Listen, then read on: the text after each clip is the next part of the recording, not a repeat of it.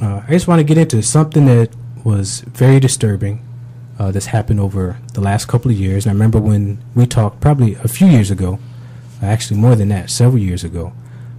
Just give a little history. I got involved in this particular case. It's a case against Dr. Malachi York. And someone came to me because I've been a consumer advocate for a very long time doing research, and they were looking for businesses to actually look into the injustice of this case and be impartial. So, I asked a question. I went and I asked for the transcripts to this case, and I sent a letter for the transcripts of this case, and I got a strange reply back. And at the time, I didn't think it was so strange. It says, the transcripts have been sealed because this particular case involves minors, and for the safety of the minors, the transcripts, it's routine. As a matter of fact, it's policy that the transcripts are sealed. And I can't remember exactly who I delivered that message to, but come to find out that none of the victims in this case that testified were minors. Right. And, I really started getting intrigued about what's going on, and some other strange things happen.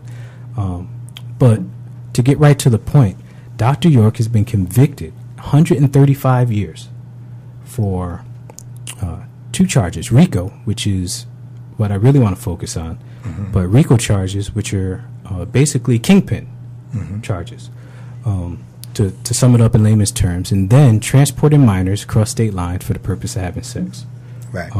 Now, I read years ago that he was convicted of child molestation, which is a totally different charge. Okay, which I guess it seems similar, but now I want to make a point here, and then the RICO charges. So the first thing I want to ask, RICO charges, if you're a kingpin, then you can't be a kingpin alone. True. Okay, so from what I understand, Dr. York is the only individual in jail based on the allegations and the charges that were brought up against him for RICO. Forget about the other charges for right now. How does that happen? Well, we're still trying to figure that out, but he's the only one that has been charged with that crime. No other people were involved, supposedly. And like you said, if he's a kingpin, then that means you have to be a king of somebody. So you have to have accomplices, right? Accomplices, but that was never brought up. The whole thing is just went haywire, because he was a 60-year-old man at the time, and the things that he was doing in the community, as far as setting up school systems, setting up safe environments for children to come and play and have fun, no alcohol, none of those things. And for the little town that this was all in, it went against, I guess, their political system. And this was Eatonton, Georgia? This is Eatonton, Georgia. Okay. Here you have a small town. Here it is in the 21st century, and you're still having parades called Tar Baby Parade. So, things like that. And we fought against those things. We say, you have to have better names to represent people, and all kind of people come in these parades and different things. So, it got to the point that things just began to just escalate. They gave the man 135 years. They wouldn't let people come into the court. They sealed the courtroom off, and you have to look at it on closed circuit. And even the media said this would be the biggest case of Georgia. We want the whole world to come in and see this case, but then they closed the courtroom off. And, even to this day, he's in a supermax prison in Colorado, Florence, Colorado. That's where you have the Unabomber. That's where you have Eric Rudolph. That's where you have the terrorists who helped blow up the World Trade Center. Here's a man that doesn't deserve to be in a place like that. And he has an acute disease, angioedema, and they know that. And it's real bad. It's real bad when in the state of America, when things like this can go on because of a person's religious thought or religious beliefs. Okay, yeah, let's talk about that for a minute, because that's how I know through the media Dr. York to be he's changed his name a million times. If you're if you're in the South and you are, in that Bible Belt, and you have that solid Christian mentality, Dr. York is offensive.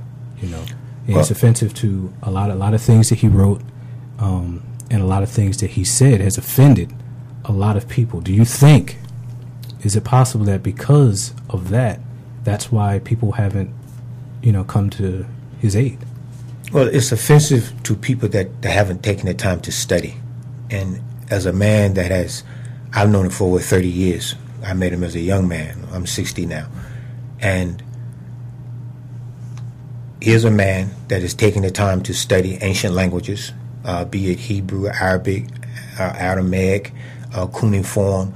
These are languages that this man took the time to study. And when he translated books or ancient texts, he says, I'm not doing this from a particular point of view. I just want the people to see different books.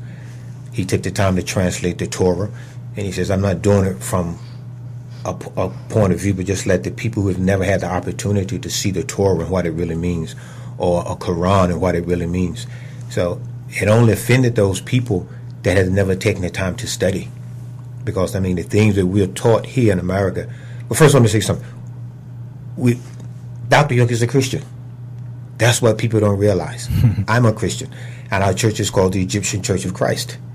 And it's located in Africa as well as here. And only because when new things come out that go against the powers that be, then you become a target. If I don't think like you think, I have to be a bad person. And those are things that we have to stop, especially for our children. A cult, even. I've read in the newspapers in the Nuwaupians called a cult, which has a very negative connotation. Has a very negative connotation, but no one ever asked, what does the word Nuwaubian mean? No one never took the time to ask. And it's only dealing with blood. Right. It only deals with the land, the original name of Africa. That's all they're saying. Because Africa is Greek, but you're saying the people African, or, whatever name you want to use. And he just explained that's the name that we go by because that's the original name. That's the blood name. And anybody can be a Nuwaubian. Okay. We have people from all nationalities that are Nuwaubian. Right. From China, the Netherlands, Japan, all over the world. That's another interesting fact. I actually heard him. He has some CDs out where he was doing some interviews with his daughter. Mm-hmm. And he said one thing people actually don't understand is I'm not the leader of all Nuwaubians, which was kind of strange because everything I've read in the paper it's always Dr. York, the leader of the Nuwaupians. Dr. York, the leader of the Nuwaupians. Dr. York. So, of course, I looked into that, and there's actually, that's a fact, dude. He's actually not the only leader of individuals called Nuwaupians. There's actually a very, very radical group of Nuwaupians. Very. I believe Mount Arafat, they refer to themselves as Nuwaubians, and they were not officially associated with us, but they used the name. Absolutely. People have taken information and they say, oh, I like this, so we're going to use this information. Say, yeah, we're part of that.